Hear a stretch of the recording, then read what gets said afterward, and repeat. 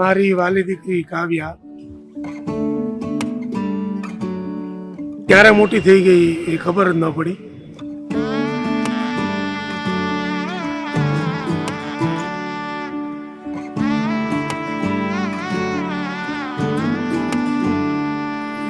मैं लहंगा चूड़ा पाके तेरी गलियां छिटुर गईया वे मैं तेरी हो गई माही नी मैं तेरे संग जुड़ गईया.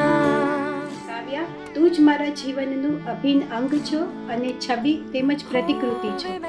આજે તારા જ્યારે લગ્ન થઈ રહ્યા છે, तेरी गलियां छिटुर गईया वे मैं तेरी हो गई माही नी मैं तेरे संग जुड़ गईया.